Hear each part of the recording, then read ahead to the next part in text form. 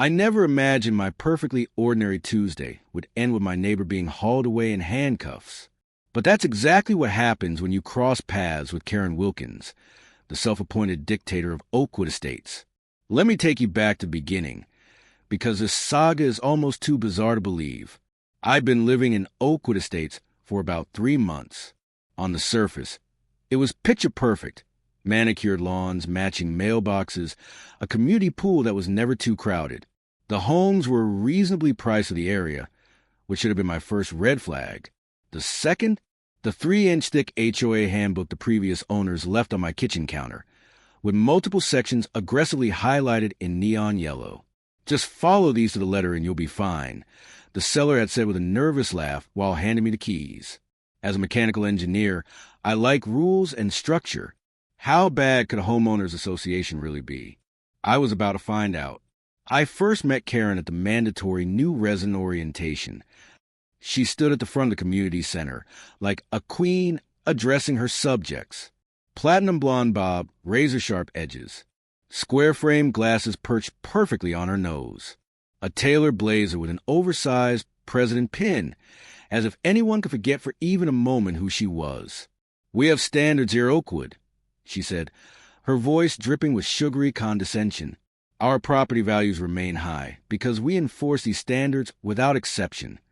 She looked straight at me during those last 2 words, like she'd already decided I was a problem. The first few weeks passed quietly enough. I kept to myself, went to work, and followed the rules. But Karen had an uncanny ability to find fault in even the most trivial details. One day it was a notice that my grass was a 1/4 inch too tall. Another day, a fine because my garbage was visible from the street for exactly 15 minutes after pickup. Once, she even flagged me because there was a smudge on my mailbox.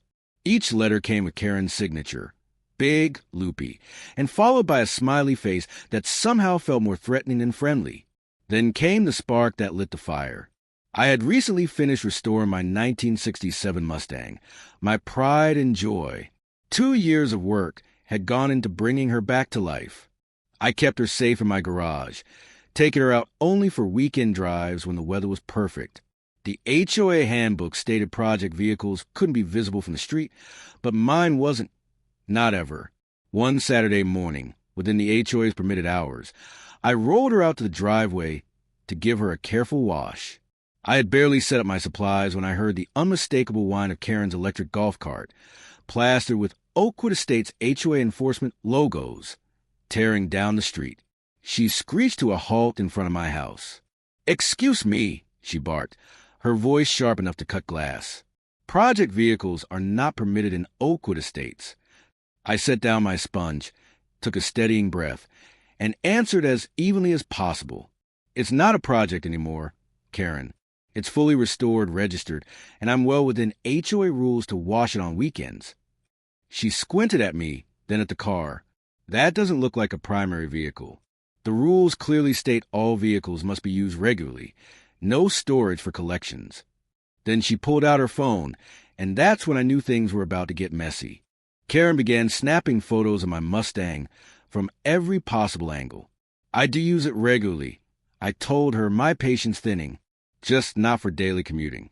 Now, if you'll excuse me, I'd like to finish washing my car." "We'll see about that," she muttered, before zipping away in her little golf cart, thumbs flying across her phone. I figured she was just drafting another violation notice. I had no idea how far she was willing to go. The very next day, I left for a 3-day business trip. I parked my Mustang safely in the garage, locked everything, and headed to the airport. My daily commuter, a dull but dependable sedan, stayed in long-term parking. When I got back late Wednesday night, exhausted from delayed flights and endless meetings, I caught a ride share from the airport. The moment we pulled into my driveway, something felt wrong. I couldn't place it until I stepped into my garage and flipped on the light. My Mustang was gone. At first, I thought I was losing my mind. Had I parked it somewhere else? Impossible. Then the sickening realization hit. Someone had stolen my car from inside my locked garage.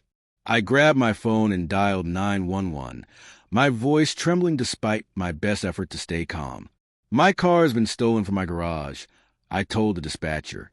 I just got home from a business trip, and it looks like my garage was broken into. 2 officers arrived within 20 minutes. They combed through my garage and house, taking notes and looking for signs of forced entry. There were none. No broken windows, no damaged locks. It was as if the thief had used a key. "Do you have security cameras?" one officer asked. "Yes, actually, I remembered. I had installed a video doorbell and a camera in the garage when I first moved in. I pulled up the footage on my phone, and what we saw left me speechless." Monday morning, barely 12 hours after I'd left, Karen Wilkins appeared on my doorstep. She rang the doorbell several times, then made a phone call. 20 minutes later, a tow truck rolled into my driveway. The garage camera caught the rest. Karen, unlocking the interior garage door with a key, directing the bewildered tow truck driver to hook up my Mustang. The officer froze the video on her face. "Do you know this woman?" "That's Karen Wilkins," I said, still in disbelief. "The HOA president. But I never gave her a key. I have no idea how she got in." The officer's tone turned sharp.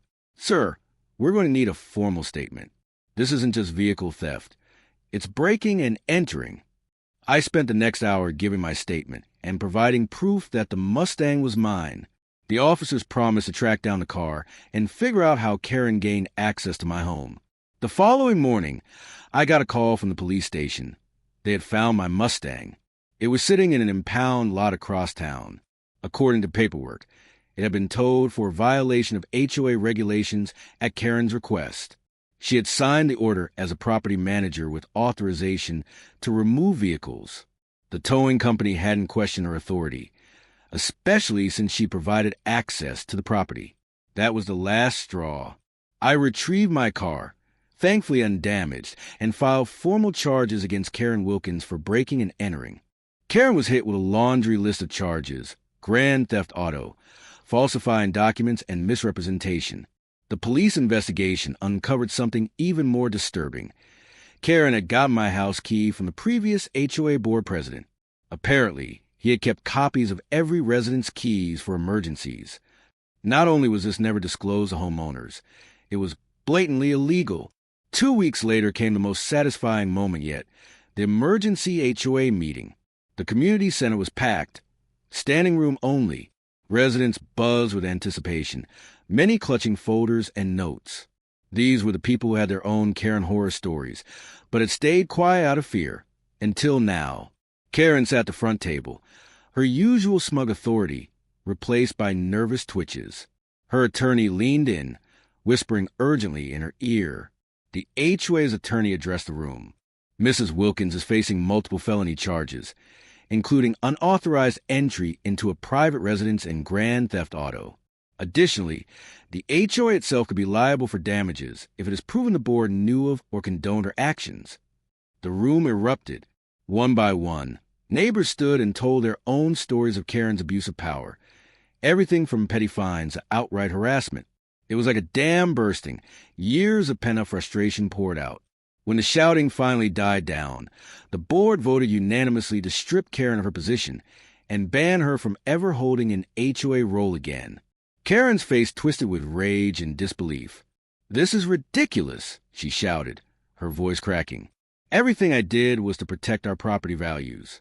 You'll all regret this when this neighborhood falls apart without me." The room fell silent. Her attorney grabbed her arm and murmured something in her ear, something that made her face go pale. He turned to the room. "My client is facing potential jail time of up to 5 years, along with fines exceeding $50,000. We respectfully request there be no further public discussion of this case." Karen's eyes locked onto mine from across the room, and for the first time since we met, there was no contempt in her gaze, only fear. She understood now. No amount of HOA authority could protect her from the consequences of what she'd done. Her shoulders sagged, and the mighty Karen Wilkins, the self-appointed queen of Oakwood Estates, was reduced to what she truly was: just a neighbor who had let a tiny taste of power consume her entirely.